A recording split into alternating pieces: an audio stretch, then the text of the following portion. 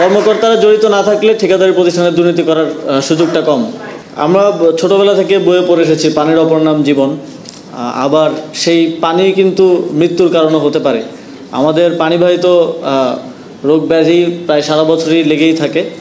তার একমাত্র অন্যতম কারণ হচ্ছে মানুষ যথাযথ পানিটা পায় না।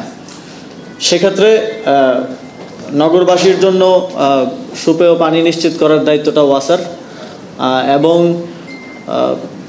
এতদিন যা হয়েছে বা কি হয়েছে সে বিষয়ে আর কথা না বলে সামনের দিনে আমরা যেন এই নগরবাসীকে পানির দিক থেকে একটা ভালো এক্সপিরিয়েন্স দিতে পারি, সেটা নিশ্চিতের জন্য সবাই কাজ করবেন।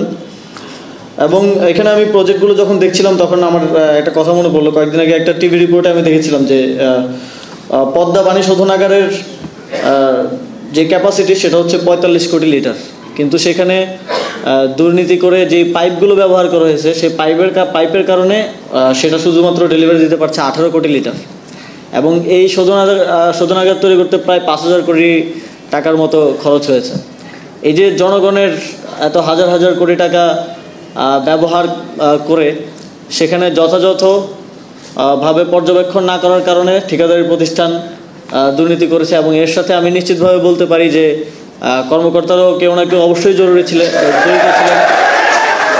কর্মকর্তারা জড়িত না থাকলে ঠিকাদারি প্রতিষ্ঠানে দুর্নীতি করার সুযোগটা কম। প্রপার মনিটরিংটা হলে এরকমটা ঘটতো না। যে পাইপ দেওয়ার কথা ছিল সেটা না দিয়ে সম্পূর্ণ ভিন্ন একটা পাইপ দেওয়া হলো, এবং এখন সেটা রিপ্লেস করতে গেলেও একটা বিশাল কয়েক হাজার কোটি টাকার খরচ সরকারের যাবে। তো এরকম এটা শুধু একটা উদাহরণ দিলাম। প্রায় কয়টা শোধনাগার তার সম্পূর্ণ ক্যাপাসিটিতে আসলে কাজ করতে পারছে এটা আমি জানি না, সম্ভবত খুব কমই হবে সংখ্যাটা। এবং এর বাইরেও আরও অনেক কিছু আছে, সব কিছু অ্যাড্রেস করা সম্ভব না। তবে এই সব কিছু ঠিক করা সম্ভব শুধুমাত্র আমাদের মানুষের প্রতি যে দায়বদ্ধতা, আমাদের প্রত্যেকের যেই যার যার দায়িত্ব সেটা যথাযথভাবে পালনের মাধ্যমে। তবে এখনও আমরা যে সংস্কারের কথা বলছি, এতগুলো মানুষের জীবনের ত্যাগের বিনিময়ে অনেকে এখনও আহত অবস্থায় হাসপাতালে কাতরাচ্ছেন।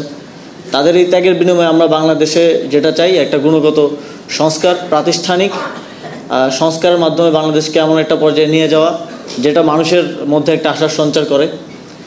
এই সংস্কারটা একদম আমাদের চিন্তাগত জায়গা থেকে করতে হবে, সকলের ব্যক্তিগত পর্যায় থেকে নিজের মধ্যে পরিবর্তনটা নিয়ে আসতে হবে। এখানে যখন আমি আসলাম, যে শুরুতে ঢোকার সময় দরজায় আমার নিজের একটা ছবি লাগানো, তো সেই চিন্তাগত সংস্কারটা আসলে কোথায় হলো? আগে এখানে শেখ হাসিনার ছবি থাকতো, এখন আমার ছবি।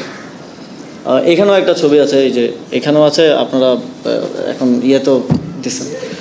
তো আমি অনুরোধ করব যে এই বিষয়গুলোকে পরিহার করে চলবেন। সামনে আমি আমার মন্ত্রণালয়ের অধীনে কোনো অফিসে গিয়ে আমার ছবি দেখতে চাই না।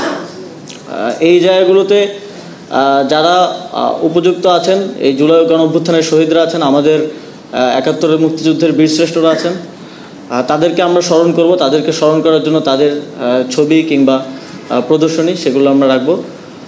তবে এই ছবির প্র্যাকটিস এই জায়গাটা থেকে আমাদেরকে বের হয়ে আসতে হবে। আমরা যদি নিজেদের মধ্যে পরিবর্তনটা না করতে পারি, তাহলে যেই সংস্কারের স্বপ্ন বাংলাদেশের মানুষ দেখছে সেই স্বপ্ন বাস্তবায়ন করা সম্ভব হবে না। আপনাদের অনেকগুলো সমস্যার কথা আপনারা বলেছেন। আমি অনুরোধ করব আপনারা কর্মচারীদের পক্ষ থেকে লিখিতভাবে সেটা মন্ত্রণালয়ে দেবেন। সে বিষয়ে যথাযথ ব্যবস্থা নেওয়ার জন্য মন্ত্রণালয় কাজ করবে। সর্বোপরি সামনের দিকে আপনারা জানেন যে শুষ্ক মৌসুমে ভূগর্ভস্থ পানির স্তর নিচে নেমে যাওয়ার কারণে নগরবাসীকে পানির সরবরাহ যথাযথভাবে দিতে একটা চ্যালেঞ্জ আসে। সেটা মোকাবেলায় এখন থেকেই আমাদেরকে যথাযথ ব্যবস্থা নিতে হবে।